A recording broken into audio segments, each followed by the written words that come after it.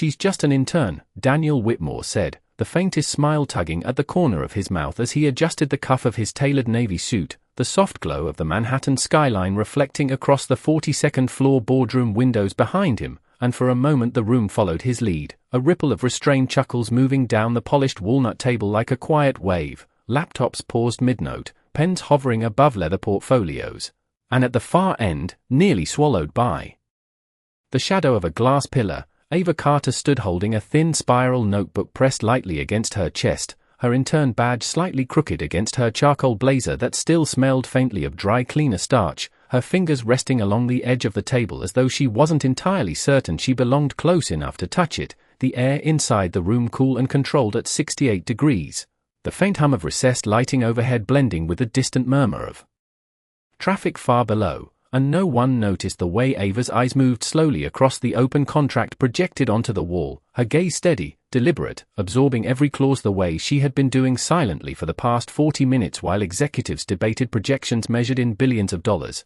Daniel Whitmore leaned back in his chair, the leather creaking softly beneath him, his silver watch catching a thin beam of morning sunlight, and the numbers on the screen shifted again. Acquisition value $2.4 billion, expected growth 18%. Closing scheduled for 12 noon Eastern Standard Time, and somewhere near the center of the table Emily Whitmore, the company's CFO, tapped her pen twice, a subtle signal that the meeting was nearing its conclusion, her expression composed, efficient, already anticipating the signature that would finalize the largest deal in the company's history, while Marcus Reed, senior analyst, adjusted his glasses and scrolled through the digital copy, his brow slightly furrowed but not enough to interrupt the momentum, and Ava shifted her weight just slightly, the carpet beneath her shoes thick enough to silence movement, her heartbeat steady but present, like a distant drum beneath the polished calm of the room. She glanced once at the page again, then at the CEO's pen resting between his fingers, the metallic click echoing softly as he rolled it once against the table, and still no one looked at her, not the executives, not the assistants, not even the junior associates lining the back wall. To them she was background, another intern assigned to observe and learn. Invisible in the choreography of power, Daniel Whitmore leaned forward, placing the tip of his pen just above the signature line, the light shifting across the glass table, the room settling into that final quiet before decision, and Ava Carter inhaled slowly, her fingers tightening just slightly around the edge of her notebook, the words forming quietly in her mind, measured, precise, and when she finally spoke, her voice calm but clear. It cut through the silence like a single drop of water in a still room. "Sir, before you sign, there's something you should see." The air inside the boardroom shifted almost imperceptibly as Ava Carter's words settled into the space, not loud, not dramatic, but precise enough to interrupt the quiet rhythm of power that had been building for nearly an hour. Daniel Whitmore did not lift his pen immediately, yet he did not sign either, and that hesitation alone drew the attention of several executives seated along the table. Emily Whitmore's eyes narrowed slightly as she turned toward the far end of the room, her expression composed but curious, while Marcus Reed glanced over his shoulder, finally noticing the intern standing beside the glass pillar, her posture straight but calm, her spiral notebook still pressed against her blazer as though it were the only anchor she had in a room built for decisions measured in billions. The morning sunlight shifted again across the floor-to-ceiling windows, casting a pale reflection across the polished table, and Ava felt the weight of more than a dozen pairs of eyes settling on her at once, yet she did not step back. She simply opened her notebook slowly, the faint sound of paper turning soft but audible in the quiet room. Daniel Whitmore tilted his head slightly, his expression unreadable, the faint trace of amusement still lingering in his eyes, and he leaned back in his chair, placing the pen gently on the table as though granting a brief pause rather than acknowledging concern. "Go ahead," he said, his tone even, measured, and Ava nodded once, her fingers steady as she flipped to a page marked with a small folded corner, the notes written neatly in dark ink, numbers aligned, clauses referenced, and she looked toward the projection screen where the acquisition agreement filled the wall in muted white and gray. "Page 47, subsection 3, she said calmly, her voice steady but respectful, and several executives exchanged brief glances. Emily Whitmore tapped her tablet, pulling up the document instantly, the screen shifting as the clause appeared, dense legal language stacked across multiple lines. Marcus leaned forward slightly, adjusting his glasses, and Ava continued, "The liability transfer language changes under conditional performance thresholds," she said, her tone careful, precise, as though she were stepping across thin glass. Daniel Whitmore watched her now, no longer smiling, but not yet concerned, the faint hum of the room returning as one of the junior associates scrolled through the document to verify the section, and Ava inhaled once, her heartbeat steady despite the silence growing heavier with each second. She remembered the early morning when she had first reviewed the printed copy. In the quiet intern bullpen, the fluorescent light still warming up, the office nearly empty except for the distant sound of a coffee machine, and she had noticed the clause buried deep within the contract, subtle, disguised within legal phrasing that shifted responsibility if performance benchmarks were missed during the first 18 months. She had read it twice, then a third time, her pencil circling the lines, her mind calculating the implications, and now standing here, she traced the same lines again with her finger as the projection displayed them for the entire boardroom. If the performance targets are not met, Ava continued softly, the acquiring company assumes full operational liabilities. Marcus Reed's brow tightened slightly, his finger scrolling slowly, and Emily Whitmore leaned forward, her composed expression beginning to shift into focused concentration. Daniel Whitmore remained still, his gaze steady, the city skyline reflected faintly behind him, and Ava finished quietly, "That means the risk moves entirely to us within 18 months. The room fell silent again. Not with laughter this time, but with the quiet tension of professionals recalculating. Something that had seemed certain only moments earlier, and Daniel Whitmore's pen remained untouched on the table. Marcus Reed leaned closer to the screen, the faint reflection of the contract lines mirrored across his glasses as he scrolled slowly through the clause, his fingers moving with deliberate care, the quiet clicking of his tablet the only sound in the room. Emily Whitmore shifted in her chair, her posture straightening as her attention sharpened, her pen resting motionless against the leather folder in front of her, and Daniel Whitmore remained still, his hands folded loosely on the table, his expression calm but no longer dismissive. The skyline behind him washed in pale morning light that softened the edges of the city beyond the glass. Ava Carter stood without moving, her notebook still open, her fingers resting lightly along the margin where she had written her notes earlier that morning, and Marcus cleared his throat quietly, not loudly, just enough to signal a change in atmosphere. "The performance threshold clause," he said slowly, his voice measured, and he scrolled further. "It activates if projected revenue falls below 12% growth during the first 3 fiscal quarters." Emily leaned forward slightly, her eyes scanning the numbers, her calm expression beginning to tighten as she followed the logic. Ava spoke gently, careful not to interrupt but precise enough to guide the room. "The projections in the appendix assume 18% growth," she said, and Marcus nodded faintly. "Yes," he replied. And he continued reading, "If the threshold is missed, operational debt transfers to the acquiring company." The word settled into the room like a slow moving cloud, subtle but impossible to ignore. One of the junior associates shifted in his chair, his pen tapping softly once against the table before going still. Daniel Whitmore finally reached forward, pulling the document closer, his fingers brushing the edge of the tablet, and the silence deepened as he read the clause himself, the faint hum of the air conditioning filling the space between breaths. Ava's eyes lowered briefly to her notes, then back to the screen, remembering the line that had caught her attention, the subtle phrasing that shifted responsibility without drawing attention. "There is also a secondary condition," she added quietly, and Marcus paused, scrolling again. "Yes," he said after a moment, his brow tightening, "if integration costs exceed projected limits, liability transfers immediately." Emily Whitmore's pen stopped mid-air, her eyes narrowing as she recalculated silently, and Daniel Whitmore leaned back slightly, his jaw tightening just enough to signal the shift in his thinking. The confidence that had filled the room earlier now replaced with careful analysis. The sunlight moved across the table slowly, illuminating the signature page that remained blank. Ava stood still, her posture composed, her voice calm when she spoke again. "Their projected integration costs are based on outdated infrastructure estimates," she said, and Marcus exhaled quietly, "which means the threshold could be triggered earlier." He finished, and the room fell silent. Again, no laughter, no movement, only the quiet realization settling across the executives. Daniel Whitmore's gaze remained on the document, his fingers resting beside the untouched pen, the weight of the decision shifting subtly in the stillness, and for the first time since the meeting began, the confidence of the largest deal in company history felt uncertain, balanced on a clause buried deep within page 47.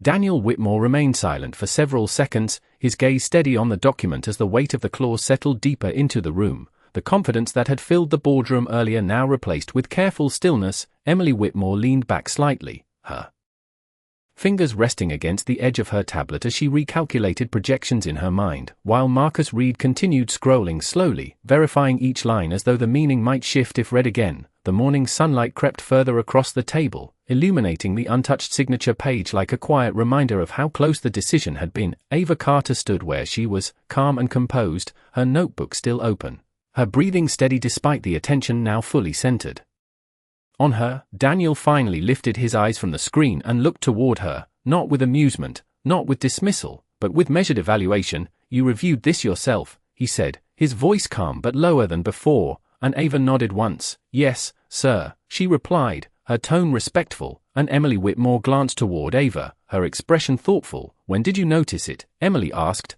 her voice controlled but curious. Ava shifted her notebook slightly. "This morning," she answered. Around 7:15, Marcus looked up briefly, surprised. "You reviewed the full contract in less than 2 hours, he said, and Ava nodded again. "I focused on the liability sections first," she explained quietly, the faint hum of the room returning as the executives absorbed her words. Daniel Whitmore leaned forward slightly, his fingers interlaced. "Why?" he asked, and Ava paused for just a moment, not uncertain, but thoughtful. "Because the projections felt optimistic," she said calmly. "And when projections are optimistic, risk usually hides in the details." Marcus exhaled softly, almost impressed, while Emily Whitmore's eyes narrowed slightly, not in doubt, but in concentration. Daniel Whitmore turned back to the document again, reading the clause once more, his pen still resting untouched beside his hand, and one of the board members shifted quietly, adjusting his chair, the sound subtle but noticeable in the quiet tension. Ava continued gently, "There is also a timeline overlap," she added, and Marcus immediately scrolled further. "Where?" he asked, and Ava stepped closer to the screen, her movements careful, respectful. "Appendix C," she said, her finger hovering just above the projection. "Integration milestones overlap with operational restructuring," Marcus read quickly, then slowed, his brow tightening further. "That increases early quarter expenses," he said quietly, and Emily Whitmore's posture stiffened slightly, "which raises the probability of missing the threshold," she finished. Daniel Whitmore's expression shifted again, subtle but unmistakable. The certainty that had driven the meeting now replaced by cautious reconsideration. The skyline behind him brightened as the sun rose higher, reflecting faintly across the glass table. Ava stepped back again, her hands returning to her notebook, her role once again quiet but present. Daniel Whitmore looked down at the signature line, then at the clause, then finally at Ava Carter, and for the first time since she spoke, he reached for his pen not to sign, but to move it aside, the small gesture almost silent, yet it changed the room completely. The subtle movement of Daniel Whitmore sliding his pen aside created a ripple across the boardroom, not loud, not dramatic, but unmistakable, and several executives exchanged quiet glances as the realization settled that the signature would not happen yet. Emily Whitmore adjusted her posture, her composed expression now sharpened with analytical focus, while Marcus Reed continued scanning the document, his fingers moving slower, more deliberate than before. Ava Carter remained standing near the far end of the table, her notebook still open, her presence quiet yet now impossible to ignore. The air conditioning hummed softly above as the city beyond the glass windows brightened with late morning sunlight. Daniel Whitmore leaned back slightly, his fingers resting lightly against the table, his gaze moving from the clause to Ava once more. "What else did you notice?" he asked, his voice calm but more measured than before. Ava hesitated briefly, not from uncertainty but from awareness of the weight of the moment. Then she turned a page in her notebook, the soft sound of paper echoing in the still room. "The vendor dependency section," she said quietly, and Marcus immediately searched the document, his brow tightening again as the section appeared. Emily Whitmore leaned forward slightly, her eyes scanning the lines. Ava continued, "The operational transition depends on a third-party infrastructure vendor," she explained, "but their contract expires in 9 months. Marcus nodded slowly. "Yes, and renewal is conditional," he added, reading further. Emily's fingers paused over her tablet as she processed the implication. "If they do not renew, integration delays would increase operational costs," she said softly. Daniel Whitmore's expression shifted subtly again, the calm authority still present but now accompanied by careful reconsideration. Ava spoke gently, "That would raise expenses above projected thresholds." Marcus completed the thought quietly, "which triggers the liability transfer earlier." The silence that followed felt heavier than before, one of the board members leaned back slowly, adjusting his glasses, while another executive closed his folder halfway. The confidence that had filled the meeting earlier, now replaced with careful unease. Daniel Whitmore looked again at the projection screen, then down at the blank signature line, his hand resting near the pen but not reaching for it. Ava lowered her notebook slightly, her role complete for the moment, yet she remained composed, her calm presence steady. Marcus scrolled further, verifying the vendor clause again, his breathing slow and controlled. Emily Whitmore leaned back in her chair, her eyes thoughtful, the polished table reflecting the shifting light across the room. Daniel Whitmore finally exhaled quietly, not loudly, but enough to signal the shift in momentum. "Pause the signing," he said calmly, and the word settled across the boardroom like a quiet turning point. The deal that had seemed inevitable now suspended in careful reconsideration. Ava Carter remained still at the far end of the table, her notebook resting against her chest once more, as the largest decision of the morning slowed, redirected by the quiet clarity of someone no one had noticed just an hour earlier. The words "pause the signing" lingered in the boardroom as the tension slowly softened into a quiet recalibration. Laptops remained open but untouched, the polished walnut table reflecting the shifting morning light as clouds moved slowly across the Manhattan skyline. Daniel Whitmore leaned back in his chair, his posture composed yet thoughtful, his fingers resting loosely together as he looked toward the contract once more, the earlier momentum replaced by stillness. Emily Whitmore lowered her tablet slightly, her eyes thoughtful as she reviewed the implications silently, while Marcus Reed continued scrolling carefully, verifying each section Ava Carter had referenced, the faint sound of his fingertip moving across the screen echoing softly in the quiet room. Ava remained near the end of the table, her notebook now closed, her hands resting gently along its edges, her breathing steady as the attention slowly shifted from urgency to reflection. Sunlight stretched across the floor-to-ceiling windows, casting long lines of brightness across the carpet and the table's polished surface.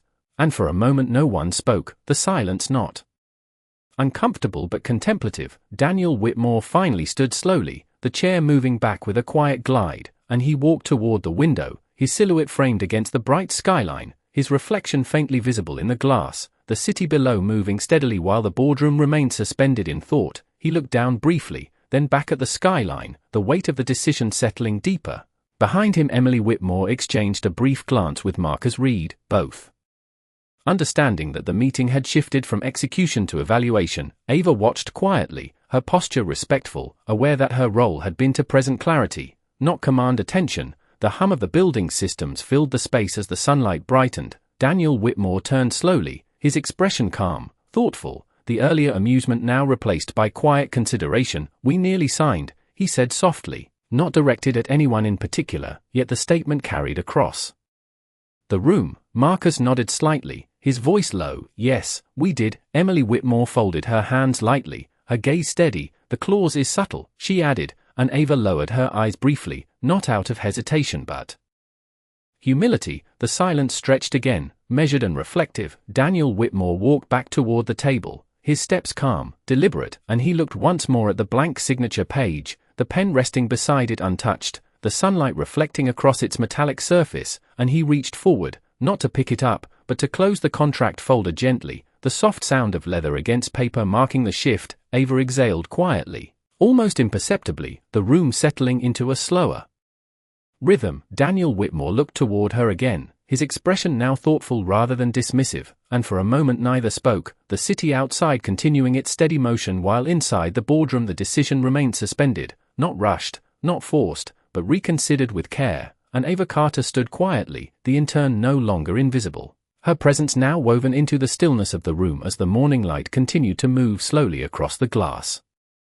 The quiet lingered after the contract folder closed, the subtle sound echoing across the boardroom as if marking the end of something that had nearly happened. Daniel Whitmore remained standing beside the table, his fingers resting lightly against the leather cover, the morning sunlight reflecting across the polished surface and catching the edge of his silver watch. Emily Whitmore leaned forward slightly, her gaze steady. "We should request a revised structure," she said calmly, her voice measured, and Marcus Reed nodded in agreement, already scrolling through his notes. Ava Carter remained still near the far end of the table, her notebook resting against her blazer, her posture calm, her expression composed, and Daniel Whitmore turned toward her again, his eyes thoughtful, no longer distant. "Miss Carter," he said quietly, and the sound of her name drew the attention of everyone in the room. Ava looked up gently. "Yes, sir," she replied. Her voice steady. Daniel paused briefly, as though weighing his words, then he asked, "What made you look deeper than the rest of us?" The question hung in the air, not confrontational, but genuinely curious. Ava hesitated for just a moment, then answered softly, "Because the risk did not match the confidence," she said, her tone calm. Marcus exhaled quietly, almost thoughtful. Emily Whitmore's eyes softened slightly as she considered the simplicity of the answer. Daniel Whitmore nodded once, slowly, then turned toward Marcus. "Run a full risk reassessment," he said calmly. Marcus nodded immediately. "I will have updated projections within the hour," he replied. Daniel then looked back toward Ava Carter, and the silence that followed carried a different tone now, one of recognition rather than dismissal. The city outside the window shimmered faintly as sunlight brightened the skyline. Ava remained still, respectful, not expecting anything further. Daniel Whitmore spoke again. "How long have you been with us?" he asked. Ava answered quietly. 3 weeks, sir." Emily Whitmore glanced briefly toward Daniel, her expression thoughtful. Marcus looked up again, slightly surprised. Daniel Whitmore nodded slowly, absorbing the answer. Then he said, "You read a multi-billion-dollar acquisition contract in less than 2 hours." Ava lowered her eyes slightly. "I focused on the liability sections," she replied, her tone humble. Daniel Whitmore's expression softened subtly, the earlier distance replaced by quiet respect. He reached for the contract again, opening it briefly, glancing once more at the clause Ava had identified, then closing it gently, the gesture deliberate. "Careful, we almost signed," he repeated quietly, and this time the words carried a deeper weight. Emily Whitmore folded her hands together. Marcus Reed leaned back slightly, and Ava Carter stood quietly at the far end of the table, her presence calm. The intern who had spoken once now altering the direction of a decision measured in billions. The sunlight continued to move across the glass, the city outside flowing forward, while inside the boardroom Daniel Whitmore looked toward Ava Carter once more, his gaze steady, thoughtful. And for the first time since the meeting began, the room felt different, not tense, not uncertain, but quietly aware that something important had shifted. Daniel Whitmore remained standing at the head of the table, his gaze still resting on Ava Carter, the quiet recognition in his expression settling deeper as the sunlight stretched across the polished wood. Emily Whitmore slowly closed her tablet, her posture relaxed but attentive, while Marcus Reed gathered his notes carefully, the soft rustle of paper barely audible in the stillness. Ava shifted her notebook gently against her blazer, her presence calm, not expecting the attention to linger. Yet the room had changed and everyone seemed aware of it. Daniel Whitmore finally stepped forward, his movement measured, and he rested both hands lightly on the table. "Miss Carter," he said again, his voice calm and steady. Ava looked up respectfully. "Yes, sir," she answered. Daniel paused briefly, then spoke with quiet clarity. "You just prevented us from committing to a risk that could have affected this company for years." The words carried weight but no theatrics, only acknowledgement. Ava lowered her eyes slightly, her voice soft. "I only pointed out what I saw," she replied. Emily Whitmore glanced toward Ava with a subtle nod, the kind of quiet approval that did not need words. Marcus Reed leaned back slightly, studying Ava with thoughtful respect. Daniel Whitmore nodded once, slowly, then he turned toward Emily. "Schedule a follow-up session with legal and risk," he said calmly. Emily nodded immediately. "I will arrange it within the hour," she replied. Daniel then reached for the contract folder and handed it to Marcus. "Prepare a revised evaluation," he added. Marcus accepted it with a small nod, the room moving again but with a slower, more deliberate rhythm. Ava remained near the far end of the table, her hands resting lightly on her notebook, and Daniel Whitmore turned back toward her once more, the sunlight reflecting softly across the glass behind him. "Miss Carter," he said quietly, and Ava met his gaze again. "Yes, sir," she answered. Daniel's tone softened slightly. "I would like you to sit in on the reassessment meeting," he said, the statement simple yet significant. Ava blinked once, surprised but composed. "Of course, sir," she replied calmly. Emily Whitmore glanced briefly at Daniel, then back at Ava, her expression thoughtful but approving. Marcus Reed offered a faint nod as though acknowledging the shift. Daniel Whitmore gave a small, respectful nod of his own, then stepped back from the table, the meeting gradually transitioning into quiet movement as executives gathered their materials. Laptops closed softly, chairs slid back gently across the carpet, the skyline beyond the windows bright and steady. Ava Carter stood for a moment longer, her notebook still in her hands. her presence calm, and as she turned slightly to leave, Daniel Whitmore watched her quietly, not with authority, not with distance, but with measured respect, the morning light continuing to move across the glass as the boardroom slowly returned to motion, yet the quiet recognition of what had just happened remained in the air, steady and unmistakable. The boardroom slowly emptied as the quiet movement of executives faded into the hallway beyond the glass doors, the soft hum of the city filling the silence that followed. Sunlight now fully stretched across the long walnut table where the unsigned contract remained closed. Daniel Whitmore stood near the window once more, his hands resting loosely at his sides, watching as Ava Carter gathered her notebook and turned toward the exit, her steps calm, measured, the faint sound of her shoes softened by the thick carpet. Marcus Reed passed her with a small respectful nod. Emily Whitmore followed shortly after, her tablet tucked under her arm, offering Ava a subtle glance of approval before stepping into the corridor, and then Ava reached the doorway, pausing briefly as she adjusted her badge, the morning light catching the edge of the plastic holder. She stepped into the hallway where the energy felt different from before, quieter, more reflective. Inside the boardroom, Daniel Whitmore remained still, his gaze shifting once more to the closed contract resting on the table. He walked back slowly, his fingers brushing the edge of the leather folder, then he opened it briefly, scanning the blank signature page, the space where his name would have been written now carrying a different meaning. He closed the folder again gently, the sound soft but deliberate, and he looked toward the doorway where Ava had just exited, the silence settling around him. Beyond the glass the skyline shimmered under late morning sunlight, cars moving far below like distant motion, steady and unhurried. Ava Carter walked down the corridor toward the elevator, her notebook still held close, her expression calm, not triumphant, not overwhelmed, simply thoughtful. The elevator doors opened with a quiet chime, and she stepped inside, pressing the lobby button, the mirrored walls reflecting her figure, the intern badge still slightly crooked against her blazer. She adjusted it gently, her reflection steady in the polished surface. The doors closed softly and the elevator began to descend. Inside the boardroom, Daniel Whitmore returned to his chair, sitting slowly, his hands resting lightly on the table, the weight of the morning settling into quiet recognition. He glanced once more at the skyline, then at the empty chair where Ava had stood earlier, and for a moment the room felt larger, quieter, as though something subtle but important had shifted. The sunlight continued moving across the glass, the city beyond steady and bright, and in the stillness Daniel Whitmore reached for his pen, not to sign, but to set it neatly beside the closed folder, the gesture small, calm, and deliberate. While far below, the elevator doors opened and Ava Carter stepped into the lobby, walking forward into the quiet rhythm of the building, the morning continuing, the decision postponed, and the quiet echo of a voice once overlooked now lingering in the calm that followed.